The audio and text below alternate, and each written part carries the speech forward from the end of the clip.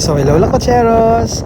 New day, new video na naman tayo dito lang sa Kaohsiung City. Ito na tayo yung southernmost part ng Taiwan, the last part ng Taiwan.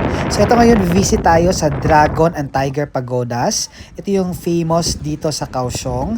And yan nga yung water lily ponds. But unfortunately, walang nag-bloom na water lily kasi off-season ngayon. Ayan, so iyan yung Dragon Pagodas. Ayan, super laki niya and super majestic talaga.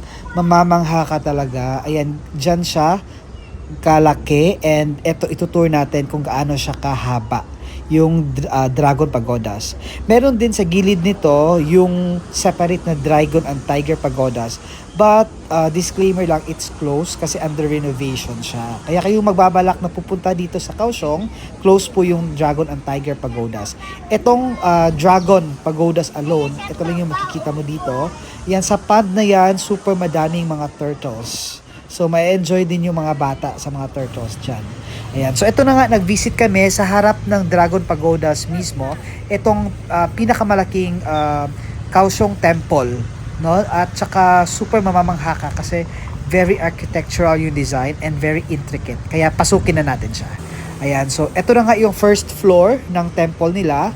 Super ganda ng ceiling pa lang up to the wall. Ayan, nakikita mo, very architectural and very intricate talaga yung design. And eto na nga, aakyat tayo sa taas naman on the second floor. Ayan, super mamamangha ka talaga Lakocheros kasi as you pay respect no with their Buddhas, with their culture and tradition. Eto naman nga, kitang-kita yung very architecture and pagka-artistic talaga ng mga Taiwanese. Ayan. So, dito naman tayo sa third floor. Ayan, nakaakyat na kami sa third floor. Super ganda din dito. So, every floors may mai-offer talaga siya na magandang view. And of course, solemn din siya with the Buddhist or mga Taiwanese na nagpupunta dito to pay their respect. Ayan. So, yun na nga, may isa nakahawak siya na incense. Ayan. So, namangha talaga ako sa ceiling niya. Everything is gold and super intricate yung design. Pinag-isipan talaga.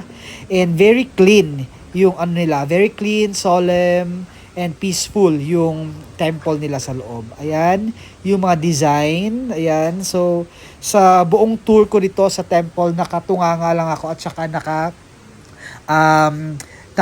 ano sa ceiling, no? Naka-focus yung attention ko sa ceiling. Ito na nga naman is yung fourth floor. Ito yung pinaka-top foremost floor dito sa Kaohsiung Temple. So, itong pinakataas on the fourth floor, ayan, matatanaw mo sa baba, itong parang dragon fountain naman. Ayan. So, meron siyang 8 dragons surrounded by water lilies and may mga koi din inside. Ayan na nga, Lakocheros. So, after namin doon sa Tiger and Dragon Pagodas in the temple, dito na kami ngayon sa Dream Mall. Ito yung pinakasikat na mall and high-end mall dito sa Kaohsiung City. Ito na nga, pumunta kami dun sa pinaka-topmost part kasi iniisa-isa talaga namin per level. So, 7th floor siya. And ito na nga, may exhibit pala, no, timing, dito sa pinaka-last na floor. Ito nakita namin, may mga anime exhibit and anime shows. Kaya, super tuwa din kami at saka na-timingan namin itong mga designs dito, no, mga exhibit. Kaya unlimited pictures kami dito. Super ganda niya yung result ng pictures. I-share ko yon Lakocheros one of these days. Kaya abangan niyo yung mga pictures dito sa anime studio na tinatawag nila. Dito lang sa Dream Mall. Dito pa din sa Kaohsiung City. Ayan. So, enjoy lang kayo sa panunood. Ayan. Different kinds of animes and cartoon characters. Nandito lahat. Ayan.